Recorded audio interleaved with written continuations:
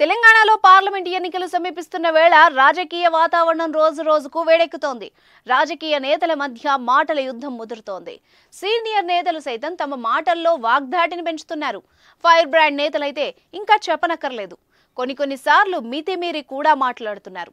చిన్న పెద్ద అన్న తేడా లేదు. మైక్ దొరికింది కదా అని ఏది పడితే అది మాట్లాడుతున్నారు. స్వయంగా సీఎం రేవంత్ సైతం పరుష పదజాలం వాడుతున్నారు. గజం కేవలం 23,000 రూపాయలతో 165 గజాల భూమి కేవలం 38 లక్షలు మాత్రమే. గతంలో కేసీఆర్ వ్యాఖ్యలే తనకు ఆదర్శమని కూడా చెప్పుకొస్తున్నారు. ఇక అసలు విషయానికి వస్తే మాజీ మంత్రి మల్లారెడ్డి గురించి ప్రత్యేకంగా చెప్పక్కర్లేదు. ఆయన మైక్ అందుకున్నాడంటే ఆటోమేటిక్గా ఊపు రావాల్సిందే. ఆ ఊపులో మల్లారెడ్డి కాస్త మాస్ మల్లారెడ్డి అయిపోతాడు. తనదైన శైలిలో అక్కడున్న వాళ్ళనే కాదు, టీవీలు చూస్తున్న వాళ్ళను కూడా ఉర్రూ తొలగిస్తాడు. మల్లారెడ్డి మాటలకు బీఆర్ఎస్ శ్రేణులతో పాటు ఆయన అభిమానులు ఆనందిస్తే, వ్యతిరేకులు మాత్రం మల్లారెడ్డి ఓ పిచ్చోడు, ఏది పడితే అది మాట్లాడతాడని లైట్ తీసుకుంటూ ఉంటారు. ఇదిలా ఉంటే మల్లారెడ్డికి ధీటుగా కాంగ్రెస్ పార్టీలో మరో నేత తయారవుతున్నాడు. ఆయన ఎవరో కాదు, బండ్ల గణేష్. అవును, బండ్ల గణేష్ అనగానే కాంగ్రెస్ శ్రేణులతో పాటు బండ్ల అభిమానులు కూడా ఫుల్ జోష్లోకి వస్తారు.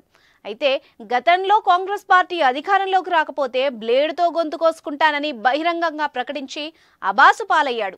ఆ ఉదంతంతో కొన్నాళ్లు స్లో అయిన బండ్ల ఈసారి అసెంబ్లీ ఎన్నికలు జరిగిన రోజు సెన్సేషనల్ కమెంట్స్ చేసి మళ్ళీ ట్రెండ్లోకి వచ్చాడు. అదేంటో తెలుసు కదా, పోలింగ్ ముగియగానే రిజల్ట్ రాకముందే డిసెంబర్ 9వ తేదీన రేవంత్ ప్రమాణ స్వీకారం చేస్తాడు. ముందు రోజు నేను ఎల్బీ స్టేడియంలో పడుకుంటానని సంచలన ప్రకటన చేశాడు. ఈసారి బండ్ల లక్ బాగుంది. ఆయన అన్నట్టే కాంగ్రెస్ పార్టీ అధికారంలోకి వచ్చింది. రేవంత్ సీఎం అయ్యాడు. బండ్ల గణేష్ చెప్పిన డిసెంబర్ 9వ తారీఖు కంటే ముందే 6వ తేదీనే రేవంత్ అదే ఎల్బీ స్టేడియంలో ప్రమాణ స్వీకారం చేశాడు. దీంతో మళ్ళీ బండ్ల గణేష్ క్రేజ్ అమాంతం పెరిగిపోయింది. ఇప్పుడు పార్టీలో బండ్ల గణేష్ రేంజ్ మారిపోనుంది. తాజాగా ఆయన మల్కాజ్గిరి పార్లమెంట్ సీటుకు దరఖాస్తు చేసుకున్నాడు. ఏకంగా సీఎం రేవంత్ పోటీ చేసిన స్థానాన్నే ఎంచుకున్నాడు. అయితే మల్కాజ్గిరి నుంచి మల్లారెడ్డి కోడలు పోటీ చేసే అవకాశం ఉందని టాక్ నడుస్తున్న వేళ బండ్ల గణేష్ కాంగ్రెస్ నుంచి పోటీకి దరఖాస్తు చేసుకోవడం ఆసక్తిని పెంచుతోంది.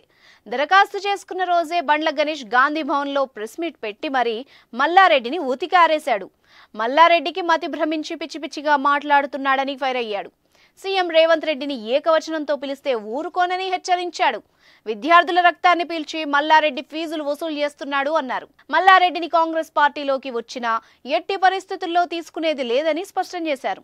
డబ్బు ఉందన్న అహంకారంతో మల్లారెడ్డి మాట్లాడితే తగిన రీతిలో బుద్ధి చెబుతామన్నాడు.